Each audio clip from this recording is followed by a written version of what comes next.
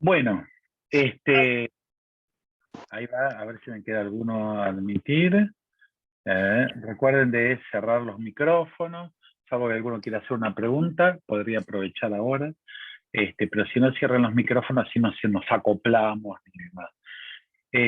Bueno, ahora seguimos con el PowerPoint, pero tengan en cuenta este repaso que estamos haciendo de las resoluciones, de estos hitos fundamentales, de los límites. Los límites de la actuación de los jueces tienen mucho que ver con, bueno, justamente, primero con toda nuestra función, ¿no? Primero que, por supuesto, toda nuestra función, porque cuando hablamos de los jueces, obviamente estamos nosotros todos incluidos, ¿no? Que somos quienes colaboramos en mayor o menor medida.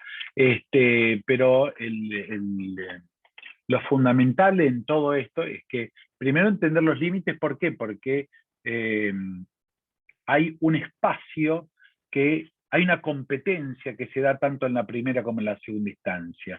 La competencia en la primera instancia está marcada por los hechos alegados, conducentes y controvertidos, tanto en la demanda como en la contestación, y ese va a ser el límite del juez de la primera instancia, y el juez de la primera instancia se tiene que expedir en su sentencia definitiva sobre todos los hechos, la cosa demandada, los hechos expuestos, puede considerar algunos fundamentales, otros no tiene necesidad o obligación de expedirse sobre cada una de las alegaciones.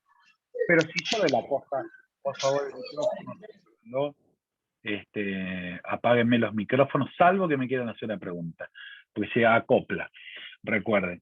Bueno, les estaba diciendo que ese es el límite de actuación del juez de primera instancia, los hechos alegados, conducentes, controvertidos, y especialmente la cosa, el objeto de la demanda.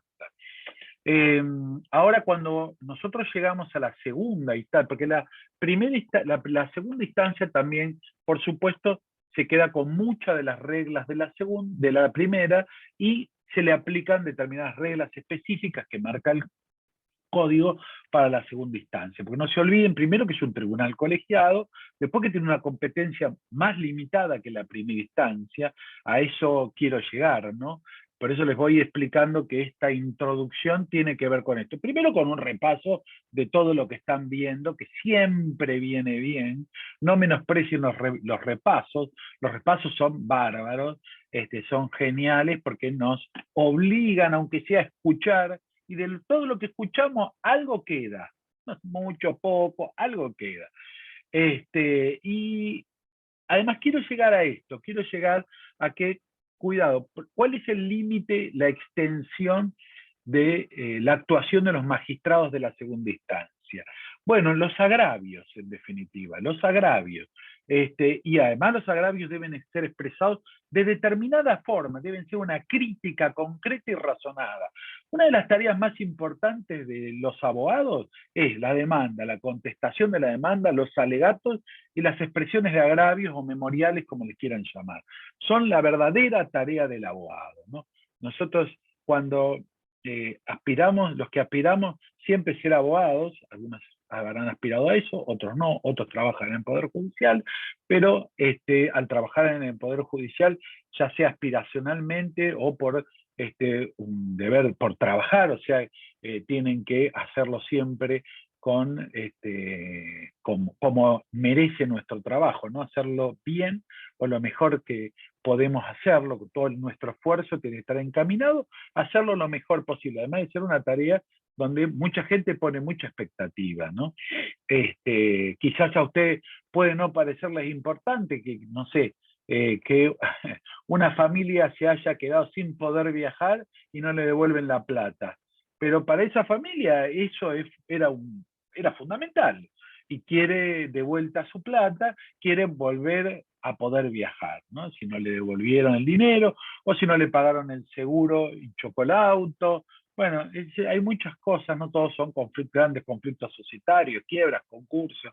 Hay pequeños problemas que para las personas son grandes problemas, y nosotros estamos para solucionarlos.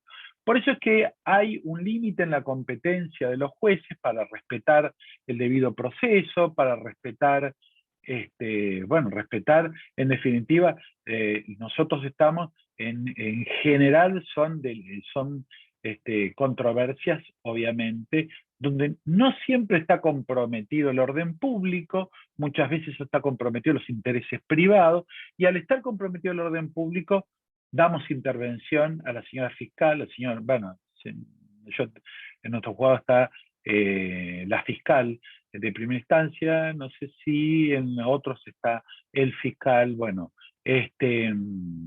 los fiscales están para justamente defender los intereses públicos, ¿no? Como por ejemplo cuando damos intervención al fiscal en las acciones de amparo o los del consumidor, porque la ley considera que ahí se pueden violentar intereses de orden público. Y a esto, bueno, iba porque, ¿por qué estamos, por qué en realidad es la razón del sistema? Vuelvo con el PowerPoint, así trato de hacer lo más rápido posible, que a veces, si no uno no usa el PowerPoint, se va un poquito por las ramas, que es lo que quiero a veces evitar. Bueno, límites procesales de los magistrados.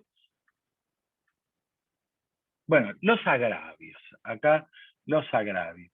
¿Qué son los agravios? Bueno, son en definitiva como insisto con este tema, como hay algunos que estudian derecho, muchos pueden ser abogados, otros no estudian derecho, y otros no estudian derecho, pero trabajan y todo esto lo conocen efectivamente. Sepan que son la llave de la instancia recursiva, ¿no? Pero además de esto, los agravios justamente son estos, vamos a decir, estas partes de la sentencia que a criterio de los apelantes causan agravio, o sea, lesionan mi derecho, el derecho que yo. Entonces yo lo quiero, esto ahora sí, controvierto la sentencia. ¿Qué voy a hacer? Voy a hacer lo que se denomina una crítica razonada. Y esta es una tarea bien de abogado, o sea, tomar las partes de la sentencia y hacer una crítica. No una valoración negativa, una crítica de por qué agravia mi derecho. Tengo que expresar por qué agravia mi derecho. Esto es una verdadera tarea de razonamiento jurídico, de razonamiento lógico, de por qué esto que decidió el juez no es solamente está mal, ¿por qué me agravia? ¿Por qué lesiona mi derecho? ¿En qué se equivoca el juez en el razonamiento? Porque seguramente el juez no se equivocó en derecho, porque lo conoce perfectamente, pero sí llegó a una conclusión por ahí equivocada. Y por eso el agravio, ¿no? El agravio va más por eso. No decir, protestar y protestar a lo argentino, no. No es una protesta de ninguna manera, es un agravio. ¿Qué es un agravio? Yo tomo la parte de la decisión y le digo, acá el juez llegó a una conclusión equivocada. Y acá se me escapó algo, ¿no? Profesor, ¿puedo hacer una consulta? Claro, ¿A qué se refiere con el eje de este encuentro? claro, porque este encuentro es sobre recursos, o sea, va sobre el procedimiento en la segunda instancia. Y bueno, el memorial, la expresión de agravio, ahí ahora lo vamos a ver, la expresión de agravio y el memorial, los memoriales, conjuntamente, o sea, así como yo le decía, en la primera instancia tenemos demanda, contestación, estábamos haciendo todo este resumen, ¿por qué? Porque no tenemos la demanda, la contestación de la demanda, la reconvención, la contestación de la reconvención. Acá, ¿qué fijamos? Hechos alegados, conducentes, controvertidos, sobre los cuales se va a expedir la sentencia. Además, el juez dice, estos hechos, ya en la 360 el juez ve todo, ¿no? Y dice, estos hechos son los fundamentales.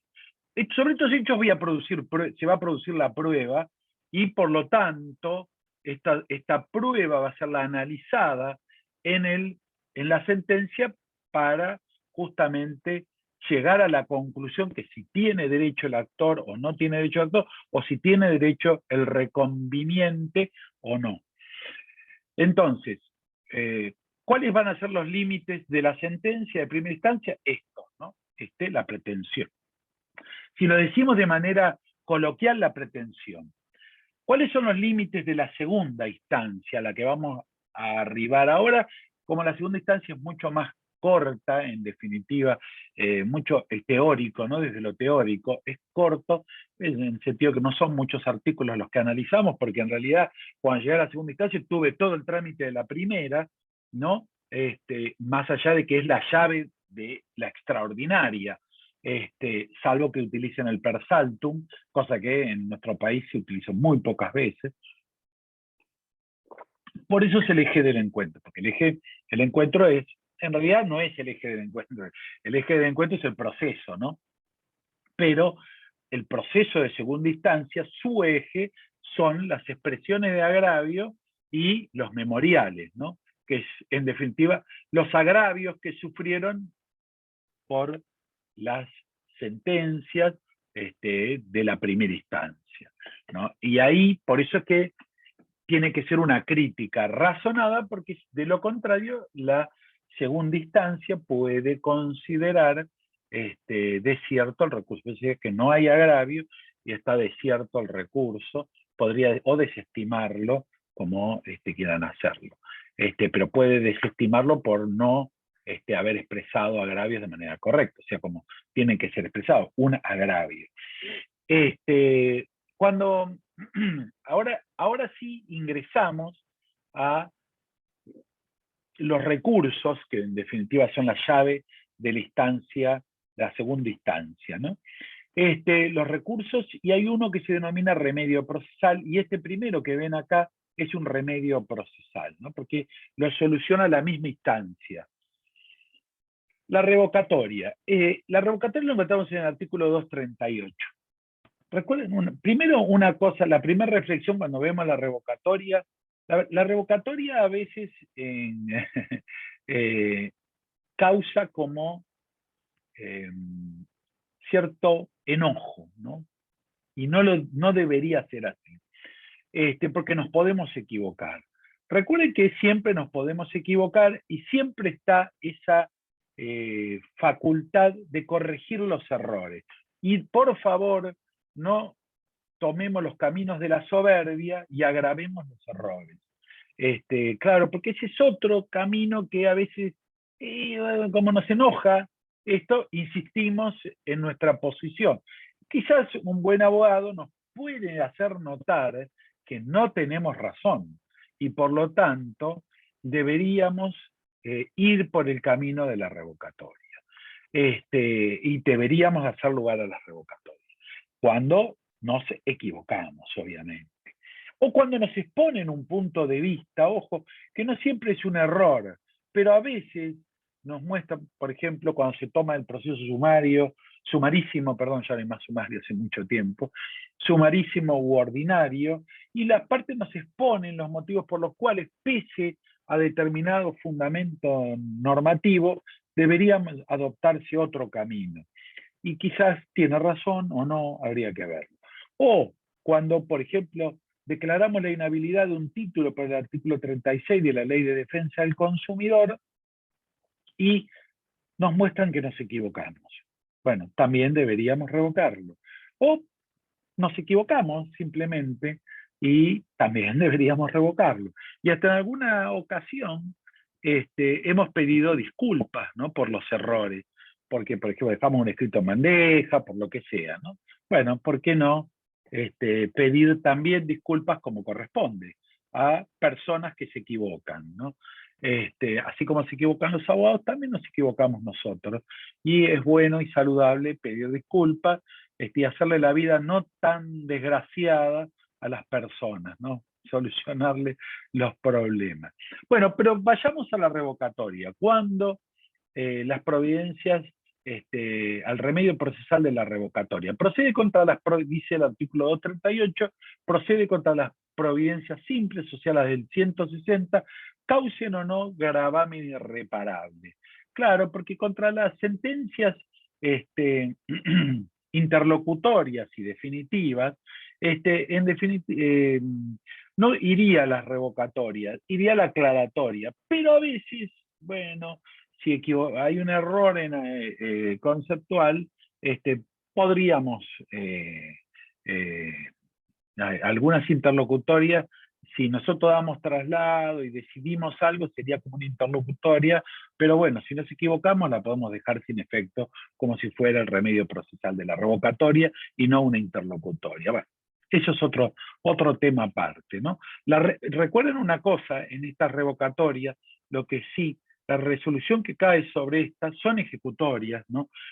Salvo que venga acompañada del recurso de apelación en subsidio que se tiene por fundado con este escrito. Y ahí sí vamos para la segunda instancia.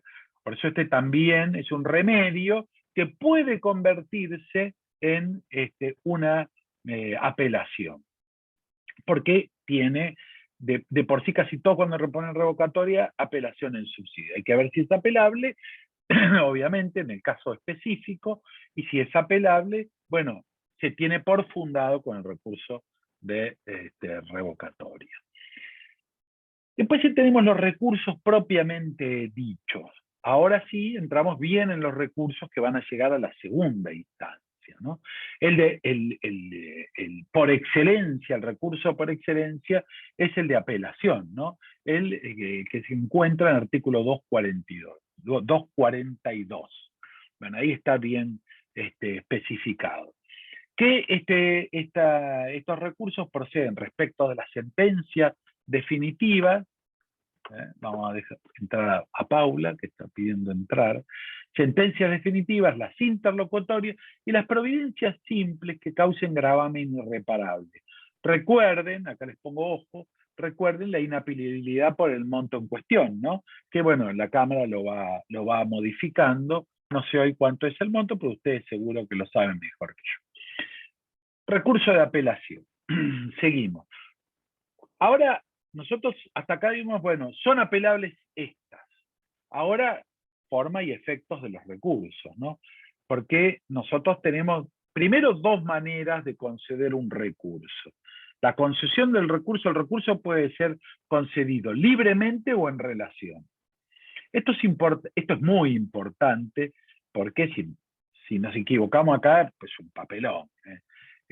Por lo tanto, cuidado, acá cuando están concediendo el recurso están dando la llave a la segunda instancia y la llave al procedimiento de la segunda instancia. O sea, no es lo mismo el procedimiento que se va a seguir en un recurso que se concede en relación que un recurso que se concede libremente. Obviamente las cuestiones más importantes se conceden con recursos libres, se conceden libremente. ¿Cuál es la relación más importante? La sentencia. Y en relación, las interlocutorias, providencias simples que causan gravamen irreparable, ¿no? Ahora los efectos. Hay dos efectos. El suspensivo y el devolutivo. Suspensivo y devolutivo. Esos son los dos efectos que hay. Todos los recursos por regla son en relación y con efecto suspensivo, a excepción de los que marca el código. O sea, el código marca libremente la sentencia definitiva y marca en algunos casos efecto devolutivo. Por ejemplo, cuando yo concedo una medida cautelar, por ejemplo, piden una medida cautelar previa a la demanda, como puede ser un interventor en una sociedad, si me la apelan, no paro la intervención, porque si no, bueno, me frenan la cautelar. Entonces es devolutivo. ¿Qué quiere decir? Que no es suspensivo. Y tiene un procedimiento que ahora vamos a ver. O sea, suspensivo es suspensivo, lo que dice la palabra. O sea, no puedo ejecutarla. No la puedo ejecutar. Devolutivo es, ojo, que acá sí se suspende. Por eso es que solo las que me indica, acá no se suspende, pero dije se suspende, acá no se suspende. Tema suspensivo, como bien dice la palabra, devolutivo, que es no suspensivo. ¿Tá? Que son solamente las que marca el código. Son la Profesor, excepción, las ¿no sería devolutivas. más claro suspensivo y no suspensivo? Bueno, ojo, el código utiliza los dos términos, suspensivo y no suspensivo, pero usa después el devolutivo. Por eso es que, ojo, cuando hablamos de devolutivo, porque no suspensivo es fácil, es verdad, pero como el código también dice 250 habla del devolutivo, el devolutivo es el no suspensivo. Pero sí, sí, es más fácil, estoy totalmente de acuerdo. Lo que tiene que tener en cuenta es que el devolutivo es el no suspensivo. Seguimos. Devolutivo es porque le devuelve algo, como que le devuelve el efecto, puede ser, el efecto jurídico de esa sentencia. ¿Será así? Puede ser. En realidad, en términos procesales, el devolutivo es no suspensivo. En realidad puede tener que ver con la formación de ese incidente, porque ahora vamos a verlo, ¿no? El devolutivo exige la formación de un incidente, el requerimiento de copia, la formación un incidente por separado, ¿no? Donde se van a agregar todas las piezas procesales pertinentes. En determinados casos, por ejemplo, depende del tipo de resolución, queda en la primera instancia el incidente, en otros casos va el principal. Pero en realidad, muchas veces, quede o no el incidente en la primera instancia, la Cámara prefiere ver el principal, lo pide, por lo tanto, bueno, a veces no es suspensivo y termina siendo suspensivo, porque o queda el incidente, y en el incidente, lo que pasa es que este desdoblamiento a veces genera problemas para cuando vuelve, ¿sí? Vuelve el recurso. Pero ahora vamos a ver algunos problemas de solamente compaginado después del expediente, porque antes las copias se glosaban al expediente y queda. Ahora, como todo es, digamos, todo es virtual, bueno, hay que ver cómo quedan estos incidentes, se archiva, bueno, hay que ver cómo fue formado el incidente. Pero ¿cuáles son seguimos con los recursos de apelación? ¿Qué recursos se conceden? Vamos a empezar con el libremente. ¿Qué recursos se conceden libremente? Los recursos interpuestos contra las sentencias definitivas en los procesos ordinarios y sumarísimos. Estos se conceden libremente. ¿Cuál es la diferencia fundamental en relación? Que libremente los fundamentos se producen en cámara. El secretario de Cámara coloca los autos a estos efectos, los efectos de expresar agravios, en el auto del 259, ¿no? Esa es la diferencia. Por eso es que libremente tienen que tener en cuenta, si es sentencia definitiva, libremente, el resto en general en relación. Y después vemos, como regla general, es suspensivo.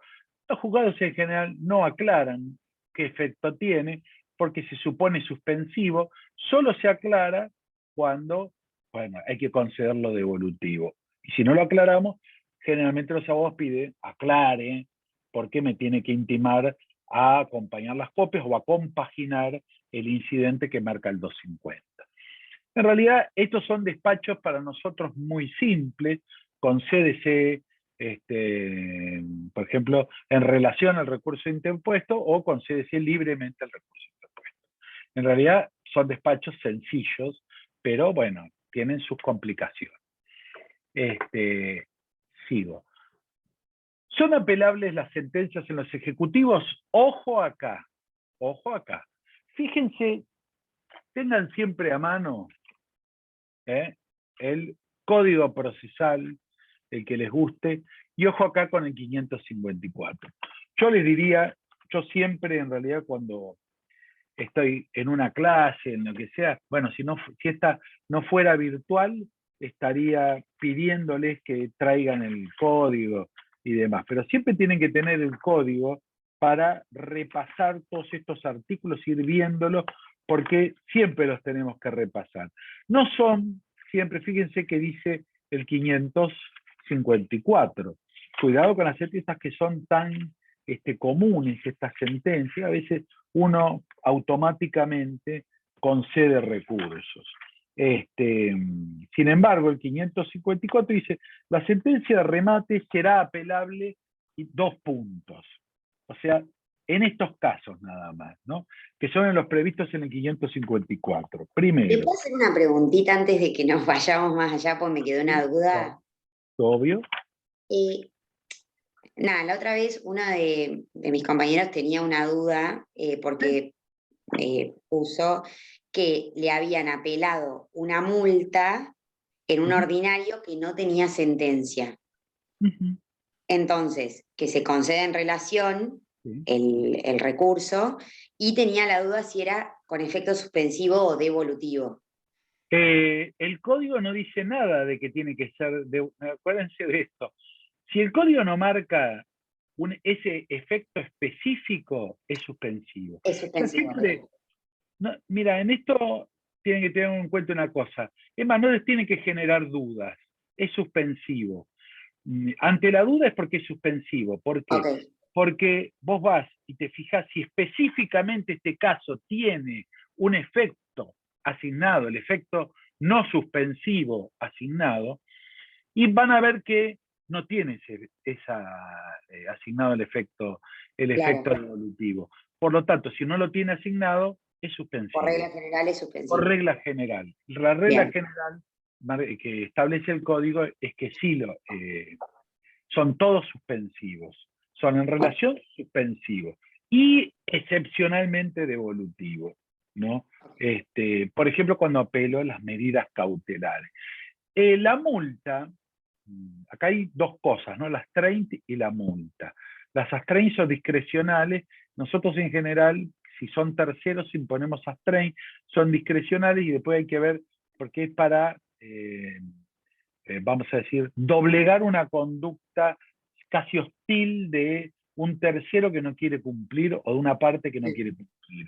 Cuando se doblega y en definitiva cumple, el juez puede o morigerarla o eliminarla. Generalmente la morigera, porque dice, bueno, este cumplió, no es lo mismo que no cumplir. Entonces, por ejemplo, se la puede bajar en el 50%. Pero esas siempre son apelables con efectos suspensivos, ¿no? Más perfecto. que en general, si el actor se lleva la plata, no la va a devolver. O sea, es que hay que Claro. perseguirlo al actor después para que la devuelva, cosa que nos genera un problema bárbaro. O sea que hasta por lógica tiene que ser suspensivo, pero por lo que lo establece el código, es suspensivo. ¿Tá? Bien, gracias. No, por favor. Doctor, disculpe, Sí. y por la naturaleza penal de la multa también debería ser suspensivo, ¿no? Sí, tiene una naturaleza, está bien. Ojo, a veces no confundamos multa con astraint, ¿no? Que no es lo mismo, pero son un poco son de alguna manera parecidos. No sé dónde había quedado. Si me estoy yendo al de nulidad. Perdón, ¿eh? Perdón que quiero ver una cosa que acá no había llegado. Quiero acá, perdón, sí, ya estoy. No he encontrado dónde me había quedado. La naturaleza penal. Yo no sé si la multa tiene, hay que ver qué tipo de multa, ¿no? No sé si tiene una naturaleza penal la multa. Yo diría que tiene una, sí, de alguna manera es una facultad del juez para doblegar ciertas actitudes dentro del proceso. En definitiva, para encauzar el proceso. Obviamente que sí tiene que ser suspensivo por una naturaleza sancionatoria, es mejor quizás calificarla, ¿no? Porque de alguna manera busca sancionar, al igual que cuando hay una conducta maliciosa de las partes, busca sancionar. Esa sí tiene más naturaleza penal. Pero bueno, las multas a veces hasta son de terceros vinculados al proceso. Es muy común en nuestro fuero, vieron esas multas por no embargar, bueno, está lleno de esas multas. Esas sin duda son suspensivas. Y es más, en general ni siquiera piden otro efecto que no sea el suspensivo. Primero porque no corresponde, y después porque, bueno, si se llevan la plata es difícil para los abogados también restituirla, pedirle a sus clientes que la restituyan, ¿no? Bueno, seguimos con los recursos de apelación, que todavía nos falta un poquito. El plazo vamos a poner este plazo como el plazo general, ¿no? El de 5 días, para apelar. Pero ojo, siempre digo, ojo con los procesos de consumidor en general, que están encaminados por el proceso más abreviado, que es el sumarísimo, que impone los plazos, son de 3 días. Ojo con el consumidor, porque siempre nos olvidamos que están los sumarísimos y siempre nos vamos por los plazos del ordinario, ¿no? Que son los plazos generales del proceso civil. Cuidado con el sumarísimo, ¿no? Y ojo, en el sumarísimo son solo apelables las sentencias y las providencias que decreten o denieguen medidas cautelares. Nosotros somos por ejemplo, las multas procesales, AS30, etcétera, todas las concedemos, ¿no? Nosotros las concedemos, así sea en un sumarísimo o en los ejecutivos, las concedemos. Primero porque en general son terceros. No, le digo porque puede haber criterios más estrictos desde lo procesal y criterios más amplios, y nosotros en general tratamos de tomar criterios amplios. ¿Cómo se interpone un recurso? La primera pregunta. Bueno, nosotros no estamos acostumbrados a esto verbalmente, pero se puede interponer verbalmente ante el secretario o el prosecretario, ¿no? Y tiene la obligación de levantar un acta. Esto se los digo por las dudas que les pase alguna vez y le digan, no, deje un escrito. ¿No? Bueno, ahora no hay tanto problema porque lo dejan virtualmente, pero cuando venían a las mesas de entrada se puede hacer verbalmente. El apelante, lo dice el código, aunque no sea de práctica, el apelante debe limitarse a la interposición del recurso. Algunos son más, otros menos estrictos, pero si viola esta regla debe devolver el escrito que concede el recurso y dejar nota. Ojo que lo que debe devolver es el escrito, pero no por eso no conceder el recurso. En realidad concede el recurso y devuelve el escrito, dejando constancia de quién lo presentó, cuándo lo presentó y cuál era el contenido, el encabezado. ¿Qué es esto? Para no fundarlo en ese mismo escrito. Es una regla procesal. ¿Cómo se funda un recurso? Ahora sí, primero interpongo el recurso, después fundo el recurso. Y acá sí es distinto si es libremente, es distinto si es en relación. En relación con efecto suspensivo, debe ser fundado dentro del 5º día un escrito que se llama memorial. Es el que recibimos, los que son de la primera instancia, los recibimos en la primera instancia. La expresión de agravio, si nos dejan una expresión de agravio en un recurso concedido en relación, está mal titulado. Pero no está mal, en definitiva, de poner la expresión de agravio. El código le llama memorial para diferenciarlo uno de otro recurso, pero en definitiva la finalidad es la misma. Se presenta, como yo decía, en la primera instancia. En este escrito se habla de agravios y debe hacer una crítica razonada, al igual que en la expresión de agravios, de las decisiones que causaron agravio a su derecho. Este escrito se da traslado a la contraparte, al igual por 5 o por 3 días, de acuerdo al proceso. Efecto diferido. Recuerden que hay resoluciones que se pueden conceden con efecto diferido. Son también las que específicamente marca el código, y estas se fundan en el artículo 260, con los agravios, vamos a simplificarlo. Cuando el secretario de la segunda instancia coloca los autos en el artículo 59 coloca los autos a estos efectos, son los efectos del 259, que es de expresar agravio. Y en la ejecución de sentencia, conforme el 246. En realidad, tengan en cuenta que el efecto diferido está solamente para algunas resoluciones que no son trascendentales, las marca el código, y que quedan diferidas más para el momento del dictado de la sentencia, más para el final del proceso, para no obstaculizar de alguna manera el proceso. La apelación subsidiaria.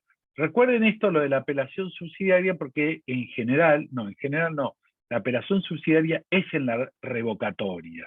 Se interpone en revocatoria y subsidiariamente apela, no hay que colocar los autos por el 246, no hay que colocar los autos, o sea, en definitiva, no tiene que traerles un memorial, porque nosotros en general por costumbre no colocamos los autos a los efectos del 246, concedemos un recurso. Ustedes vieron que cuando tenemos una apelación, concédese en relación al recurso de apelación interpuesto.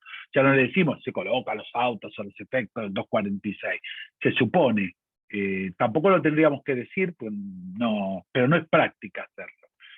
En cambio, la Cámara, en el 249, el secretario coloca los autos específicamente para expresar agravio. Nosotros no lo hacemos. Ojo, se interpone revocatoria, subsidiariamente apela, en realidad si corresponde, le concedemos el recurso y se tiene por fundado con los escritos y por contestado si se dio traslado, y se tiene por contestado con el escrito de foja y se eleva. No más. No se admiten memoriales, y esto lo dice el 248, o sea, lo dice el código. Sigo. El efecto devolutivo, que era el que estábamos hablando, que el efecto devolutivo, así lo titula el código, es el efecto no suspensivo. Es el no suspensivo, el devolutivo. Es excepcional, lo dice el 243. Si se consideró de esta forma, el artículo 250 les expone esto. ¿Qué es esto que les expone el artículo 250? Es la formación de un incidente. Entonces, en realidad, cuando se concede devolutivo el recurso, se intima a acompañar copias. Ahora ya no sería. En realidad, se requiere el cumplimiento del 250, que serían copias digitales. Debería formar lo que él considera, lo que la parte considera que debería ir en el 250. A eso el juzgado puede agregar las que omite la parte, y la contraria puede agregar otras que también consideran pertinentes. Y de acuerdo a uno u otro, ¿ves? Si es interlocutoria o si es definitiva, va el incidente o va el principal a la Cámara. No les pierdo mucho tiempo con esto, así no los agobio. Recuerden una cosa, la nulidad, el recurso de nulidad. El recurso de apelación lleva íncito el de nulidad. Lleva íncito el de nulidad. O sea que no hace falta, si es recurso de apelación y nulidad, bla, bla, bla, que es nulidad del decisorio, en realidad está íncito. Conceden el recurso, libremente o en relación. Ya está. Efecto. Suspensivo. Doctor, disculpe, queda menos de un minuto de la reunión. No sé si nos volvemos a conectar. Sí, se va a cortar.